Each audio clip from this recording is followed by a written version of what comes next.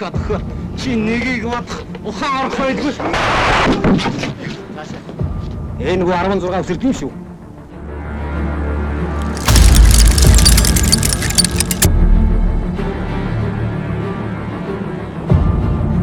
Хүмүүс нэвтрүүлэг үзэгчдийн өдрийн мэндийг хүргэе. Ингээд зэвсэг зөвлөгөөч анх дээр ирсэн нь бас зөвлөгөөс нь оюун зэвсгийг ярихаар бэлгэлээ. За. Яа санацгаа. Яа өнөөдөр үнэхээр энэ домог зэвсэг тийм. Энэ бол одоо тийм үнэхээр домог Монгол нэртэй. Одоо нэг модон хойтой сэлээд тийм. За тэгээд бид хүмүүс дээр кино мэддэг тийм. Дарвазрын буу. За сэлэн томгодын буу гэж яддаг тийм. За тэр. Ер нь тэгээд Сүхбаатар жинээс хаваад кинондор энийг бол төвлөг юм байдгүй.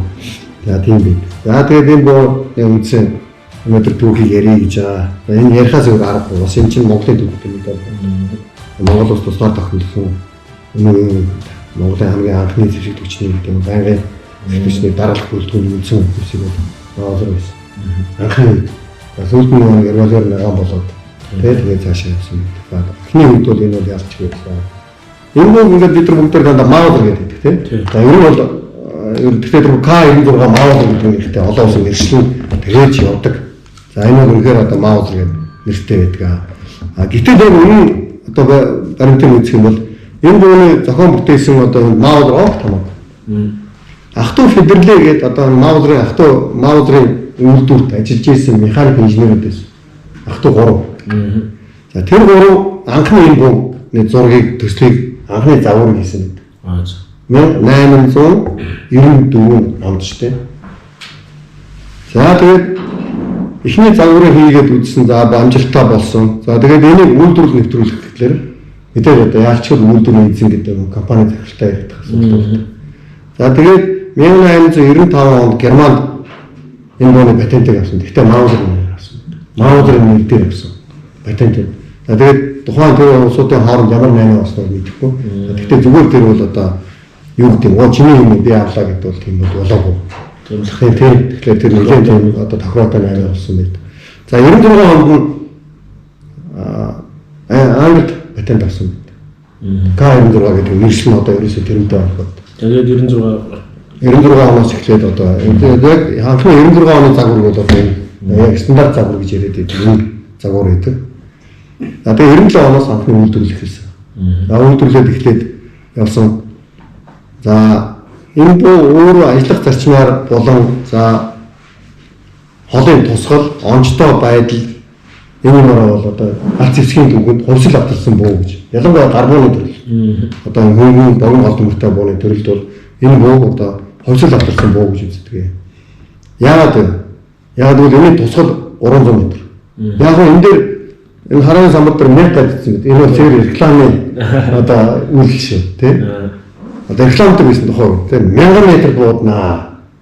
Тэгээд хүмүүс гар буу ээжээс 1000 м одоо карбин шиг винтов шиг бууддаг байсан гэдэг. Тэгэхээр тухайн үед нөгөө улсууд бол ингэж одоо реклам хийж өгдөг байсан тийм. Ингээд бол богино карбин болчихж байгаа юм.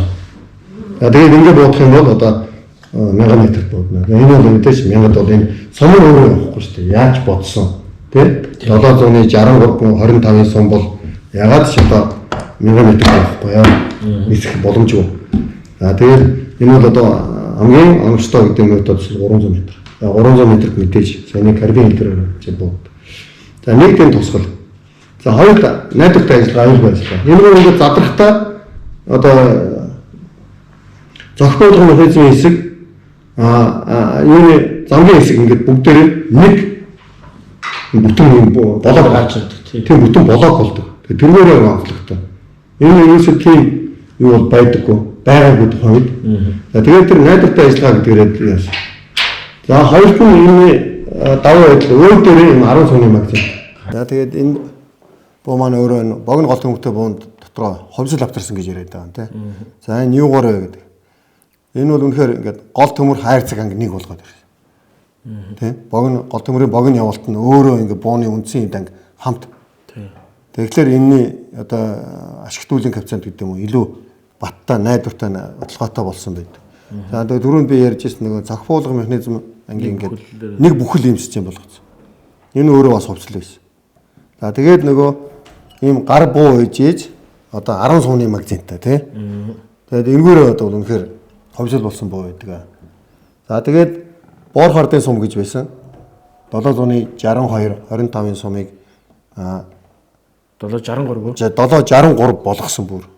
Зөрүүлсэн байхгүй. Бас яагаад вэ гэхээр боор хардын сум чинь өөрөө боор хард нь маузерт юугаа өгөөгүй. Biz мэдээлэл патент лиценз гэх нөгөө юмнууд байгаа шүү дээ. Шууд аваад хийж чадахгүй тий. Болохгүй. Гэтэл энийг 763 болгоод яг энэ систем дээр нь энэ буугаа анхлан хийсэн байдаг. За 762 63 25 сум бол өөрөө үнэхээр бас сайн сум. Тий гарбун дундаа бол хүчтэй сум тооцогдно. Одоо юу гэдэг 19 19 шүү дээ. Бидний мэддэг. Эсвэл 918 байна. Тэрний хажууд эн чинь гол төмрийн гарч байгаа жоолоор баг нэг дахин илүү. Тийм шүү дээ. Энэ хүмүүс нөгөө мап одоо Орсын нөгөө мапууд энэ төр яриад манайх нэг хөнгөө байдаг хгүй. Бид нар хоорондоо ярьж байгаа л тэгж явах юм бол броножлет бууддаг гэж ярьсан нэг юм. Хүч богооны шил буудаж яах гэсэн юм дотоосоо зүчээд тэр шиг нөгөө юу сайтай хүчтэй болохоор мапууд их барьдаг гэл нөгөө титэний сум гэж те. Одоо яг энэ бол титэний сум те. Тэгвэл жинхэнэ одоо ориг сум нь энэ л те. Энэ бол одоо маш ховор. Одоо яг энэ 63 25 те энэ. Энэ болохоор 700-ны 62 25. За энэ бол нэг нь Орос сум, нөгөөх нь Герман сум. Тэнд хийцлээ өөр гэдэг юм лээ. Тэгээ ингээд нөгөө юм үүний хувьд бол өөр л дөө. Тодорхой дарны чанар байдал. Тэгээ энэ тэр үеийн одоо хай цаасаа хэзэхэд ингүүтээ сумаа авах зорилт ингээд гарын юу те ингээд орч мөрт. Үнэхээр юмыг бас хийж чадчих шүү дээ. Ягаа одоо бид нар нөгөө анхны дугаар дээр MP40 тэр нөгөө сумлагч байсан шүү дээ тий. Тэр үед үжээ байсан байдаг. За тэгээд энэ үүрээ үнэхээр энэ бол одоо алдартай буулсан. За үнийн хувьд бол үнэхээр тасархай одоо үнэтэй байсан. Энэ тухайн үед 5000 марк байсан гэж байгаа. Нэг буу. Тэгэхэд тухайн үед биш үү 1800 одоо 90 хэдэн он гэж одоо автомашин дэлгэрээд эхэлж ирсэн үе. Тэгэхэд Opel загварын автомашин 3500 марк байсан.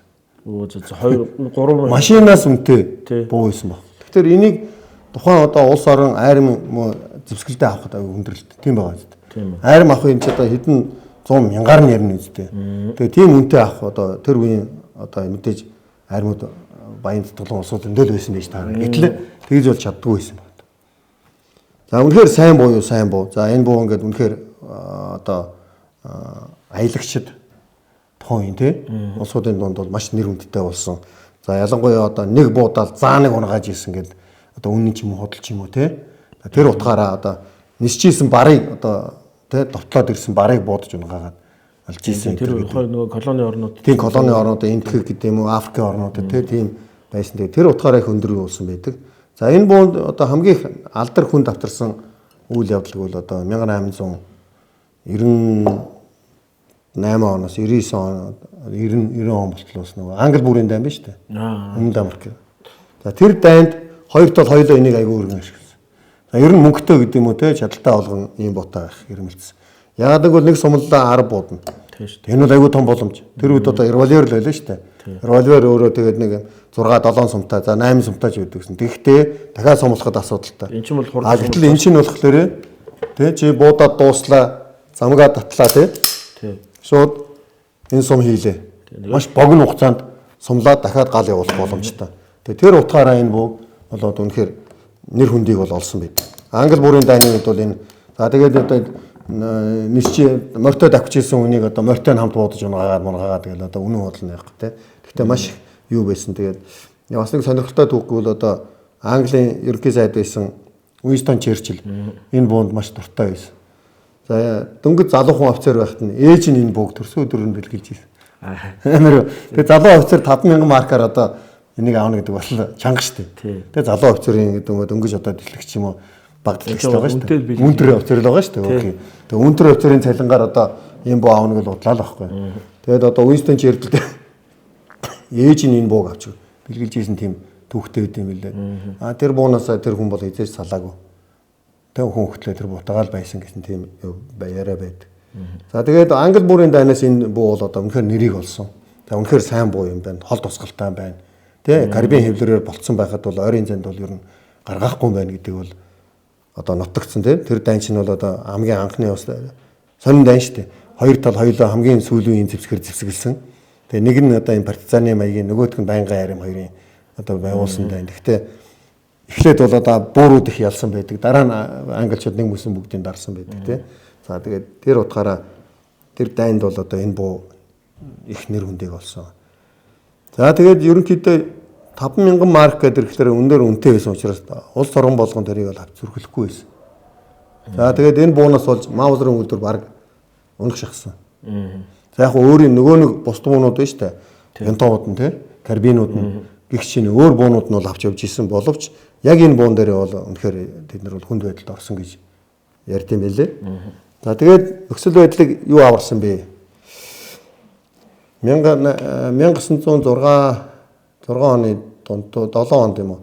Англи биш Италичууд Италийн эзэн хаан тухайн үед шинэ хүн одоо засгийн газраараа нэлээд том мөнгө ботлуулад том ус онгоц барьсан.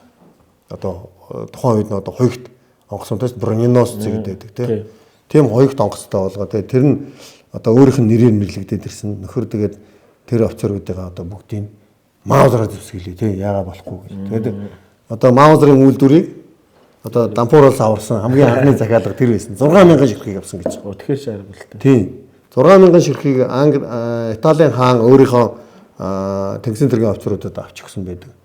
Нэг зэвсгэлсэн байгаа.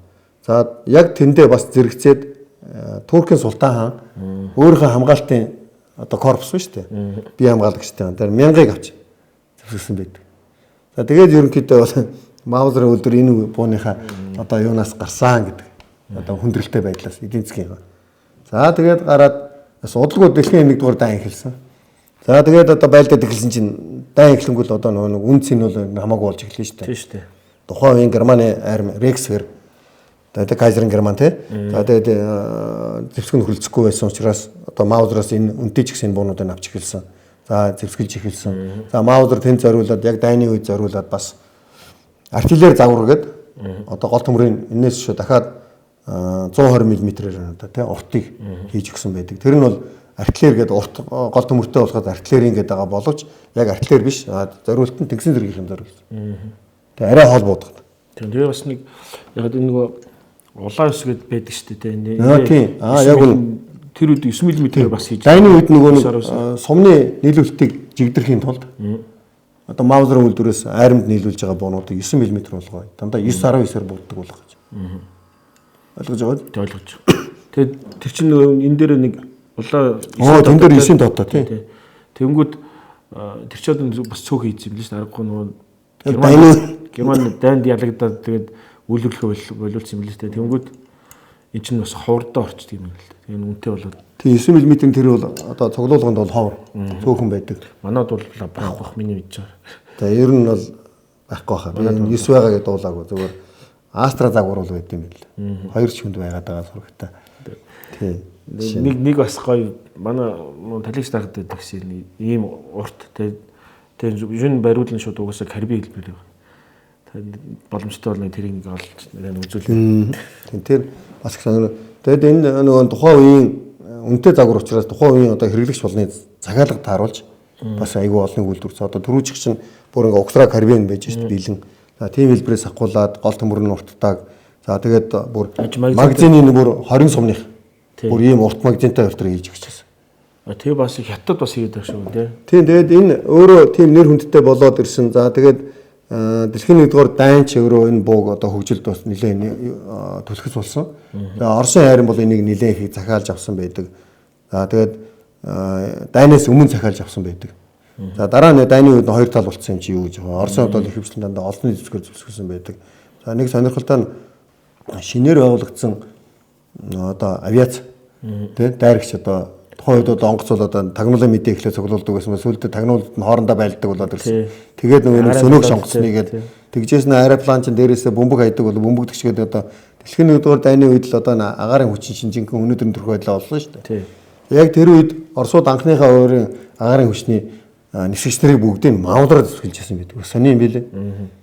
За тэгээд дараа нь бас анхны хоёрт бригадын офицеруудыг бас маавлаар зүсгэлсэн байдаг. Анхны Оросууд хоёрт машин хийж штэ. Нөө хомсголын үед бүтээлээ ус гэлээдэг байсан тий. За тэгээд тиймэрхүү загварууд байсан. За тэгээд энэ буу өөрөө өнөхөр нэр хүндтэй байсан учраас энэ бууг энэ дөндөө дуурайж хийсэн. Хятад бол энийг маш ихээр хийсэн байдаг. Хятадын Шанси байна, Хянан энэ хоёр мужид одоо бол зэвсгийн үйлдвэрүүд нь байдаг. Тэр үйлдвэрүүд бол энэ хятад загварын юм колониудыг нэлээд Норинкогийн одоо үйлдвэрүүд тий. Тэр хятад колониуд хийсэн. За оргиосоо мэдээж гүйцэтгэл жоохон таарав. Гэхдээ тухайн газар нутагтаа бол одоо нэр хүндтэй тухайн үеийнхаа шаардлага бол хангасан бүү байсан. За тэгээд тийм одоо ийм Маузерын колонтой зэвсэгтэй нөхдүүд одоо 19 онд одоо шүү генералын цэргүүд шүү генералч өөрөө тийм зэвсэгтэй орж ирсэн байх магадлалтай тий. За эсвэл оргинч байсан юм уу тий мэдэхгүй байна. Гэхдээ энэ бол Монголд бол нэлээд өргөн орж ирсэн байдаг. За тухайн үеийн баримт юм гэдэг үзэхлээр монголчууд энийг нэлээд олныг одоо хятад болон Оросоос нийлүүлж авсан байдаг. Энэ зэвсгийн 8-чид нэлээд их манайхан зарсан байдаг. За манайхны язгууртнууд, ноёдууд, цэргийн зүртгэн бүгд энэ маузартай байсан байдаг. Тийм баримт байдаг. Тэр Дамби жан центрт яах нөгөө тэд нар чи ингээд зүүц байдаг шүү дээ. Тэгээ одоо яа тэр хадаг мад байдаг шүү дээ. Тийм хадаг мадаг үйцэн. Тэгээд манайхан одоо тухайн үеийн ингээд тэр зэвсгийн юг харахад морьтой явдаг учраас энэ болох төрнөөс садаа болдог. Дандаа эндээ хийдэг. Энэ дээрээ зүүцсэн байдаг шүү дээ. Одоо жишээ нь би одоо тэр баяр гүний зураг байна уу те? Бүр ингээд ингэсэн. Бүр яг энэ дээр шүү дээ те. Тэгээд авахд эвгүй юм уу гэж бодож байсан. Тэгтэл үнэхээр морин дээр явдаг хүнд чинь тэр хэцүү. Тийм ээ. Тэгээд сэлмээ үлдэр сэлмийнх нь юу энд нь хийж байгаа шүү дээ.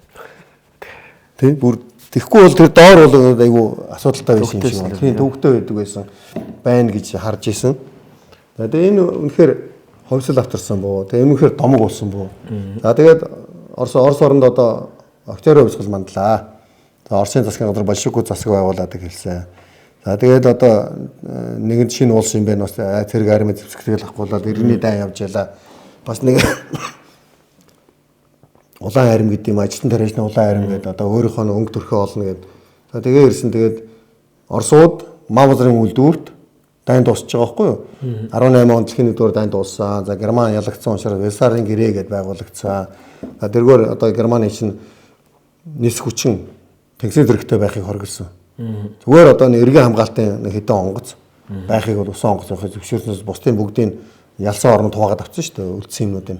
За болохгоонуудыг бүгдийг живүүлээд гэдэм усан онгоцнууд. Тэгээд Версалийн гэрээгээр одоо жишээ нь 793 мм-ээс их буу хийж болохгүй гэдэг. Калибр нь ерөөсөө. Тэрнээс доош тий? Гол төмөр нь 100 мм-ээс ихгүй их буу хийж болохгүй. Тэгээд бүр ингээд нөгөө чинь Версалийн гэрээгээр Германыг ингээд бүр ингээ хийчлээ шүү дээ. За тэгтэл Оросын засгийн газар 17 онд одоо большевикууд төрийн эрхэнд гарсан. За 19 онд одоо нэг төр одоо 2 жил болцсон бас нэг гайгүй болсон юм билгүй дээ. Тэгээд ер нь Вичека гэдэг юм уу Оросын улаан армийн офицер одоо даргалах үйлдвэрийн зэвсгэлээ Маузерын энэ зэвсгийг захиал 30 мянган захиалсан мэт юм билээ. За тэгээд Маузерын үйлдвэр тухайн үед одоо юунд яатсан хоригд орцсон байсан. Гэхдээ яг энэ бууг загсан учраас энэ бууг нь хийсэн. Гэхдээ гол төмрийн богинохын хийж ирсэн. Одоо энэ хоёрын гол төмрийн тийм байгаа. Тий. Тэгээд энэ болохоор бооло загвар гэж нэрлэгдэж большевик загвар гэдэг. Тэгээ одоо энэ гол төмөр богинтой болохоор дандаа бооло загвар гэдэг байна. Тэгээ яагаад гэсэн яагаад бооло гэдэг гэсэн чинь большевик гэдэг нэрийн яваад бооло загвар гэдэг энийг. За бусдаар энэ ерөөсөө стандарт загвартай адилхан 10 сумтай 10 сумтай за энэ тавилт харааны тавил самбар мамбар бүх юм яг адилхан зөвхөн гол төмрийн богино хийж гисэн. За тэгээд Оросууд энэ 30 мянгаыг захиалсан. За тэгээд эрдэнэ дайнч явж ирсэн байгаа. Тэгээд бас мөнгө цаасны боломжийг ямарч ирсэн. Эхлээд 17 мянгаыг авсан байт юм бэл. Тэгээд цаашаа авах гэсэн яадгаа. Гэтэл Маузерын үйлдвэр хийцэн байгаа шүү дээ. Тэгээд одоо яах энэ аавна гэдэг хизээ авах нь мэдэхгүй юм чинь. Нөгөө нэг хийцэн байсан 30-аас үлдэглээ зарсан байдаг. Тэгээд энэ бооло загвар айгүйх тархаж эхэлсэн. Оросууд үлдэнд 30 мянга гүйцэж авсан гэтэнд юм байдаг юм байлээ л дээ. Гэхдээ одоо яг хизээ юуг нь бол сайн мэдэхгүй байна. За тэгээд Монголд энэ буу яаж орж ирсэн бэ? За энэ буу за түрүүнд ярьсантай хятадын нөгөө нэг хятад талаас бол манад бол орж ирсэн байдаг. За дээр нь Оросоос нэлээд орж ирсэн байдаг. За тэгээд нөгөө 21 оны одоо ардын хувьсгалын үе гэдэг юм уу одоо гадаадын төрөмгийлэл үе шүү дээ тийм монголч одоо маш богино хугацаанд хятадууд төрөмгийлээд авсан араас нь Оросын одоо цагаантнууд төрөмгийлээд авсан тийм нэг юм богинохон хугацаанд тийм за тэгээд тэр хугацаанд хоёр тал хоёулаа энэ зэцэгтэй байсан хятадууд ч байсан цагаантнууд ч байсан за дараа нь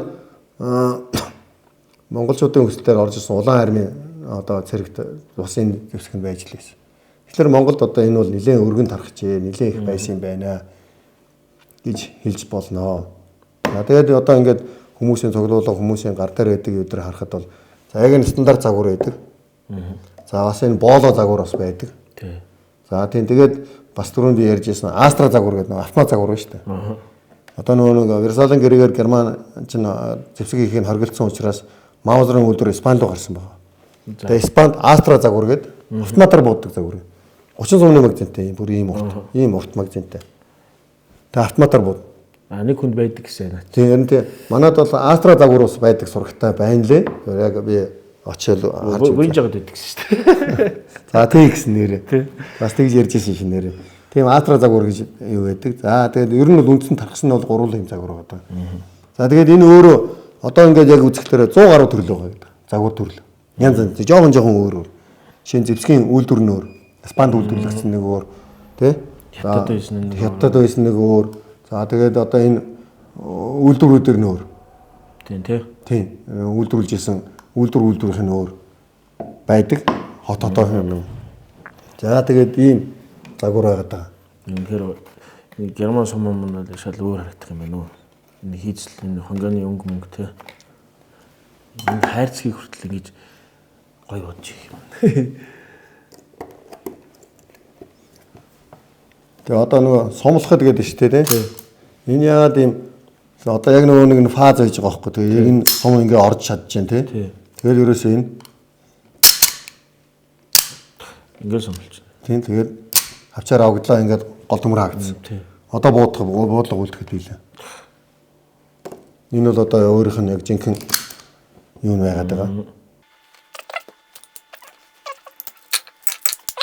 Бас манайх нэг кинон дээр яадаг шүү дээ хин Эрдэнэ. За тий. Тэгээд юун дотор орчвол за энд бол 16 өсөрдөг гээл. Тэнд бодвол тэр ламрын тоогоор нэг зүгээр зориуд айлгаж хэлсэн. Айлгаж хэлсэн. 16 амир дээр тий. 16 өсөхгүй шүү дээ энэ. 14 өсөхгүй. 10 боддог боо. Тэг 10 сум орж байгаа шүү дээ. Тэгээс гардаг тий. Манай Монгол кинон дээр ер нь баг хинхэл тэр ямар сандаа дайр үзрийн бууг нэртэй байна. Харин тийм тэгээ бүгдэнд нь энэ бууг өргөн гаргасан байдаг. За манайд бол тархсан нь бол үнэхээр тархсан буу. Одоо ямар сандаа бүр нэр Монгол нэр авсан байгаа шүү дээ. Модон хуутай сэлэдий. Сэлэдий бүр дуунд орсон байт юм биш. Аа тийм. Тийм ардын дуунд байгаа л та. Тийм бүр дуунд орсон. Тэрнтэйгээ байхад хөөгдсөн тийм.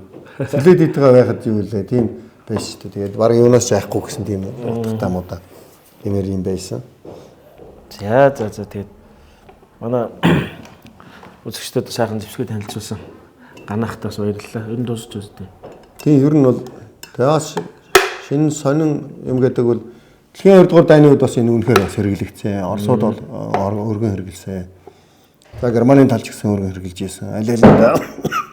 За тэгээд өвлийн дайны үед нэг сонирхолтой баримттай одоо өвлийн дай гэдэг Орос Финляндын дайны.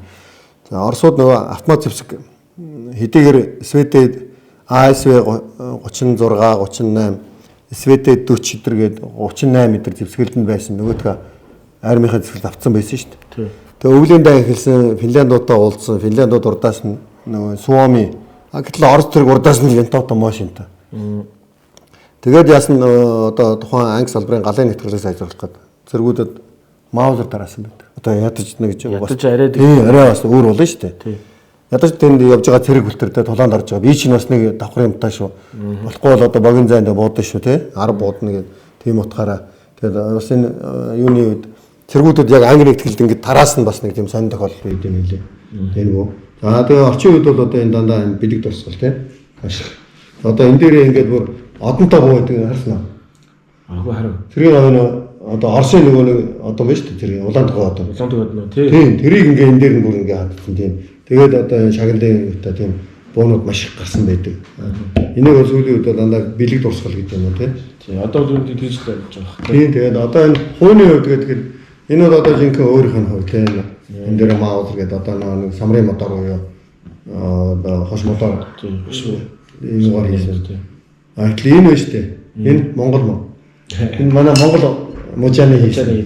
Тийм айгуу сайн хийсэн байна. Тэгээ бодвол энэ юу хагарсан юм шиг байна тийм энэ. Энэ бүх юм тийм деталь энэ байсан учраас хийсэн байна. Гэтэ энэ юусоо дотохгүй байгаа байхгүй юу? Хийсэн. Энэ юуг ингээ харахад тийм. Тэгээ энэ Монгол хүн чадхал байхгүй, хийдэг л байхгүй юу? Тэгээ хийсэн байгаад байгаа. Энийг сонирхолтой юм бас байдаг. Энийг хараад бас чинь манай Монгол мужааны хийсэн бүтээл шүү гэж харж ирсэн. Манай нэвтрүүлэг үзэгчдийн таалагдсан байх гэж бодож байна. Та бүхэн маань лайк and share хийгээрэй. Subscribe заавал. Монгол улсыг жижигтэй монголчууд хамгаалсаар ирсэн. Одоо ч хамгаалсаар. Ирээдүйд хамгаалсаар байх болно. Хүмүүдч.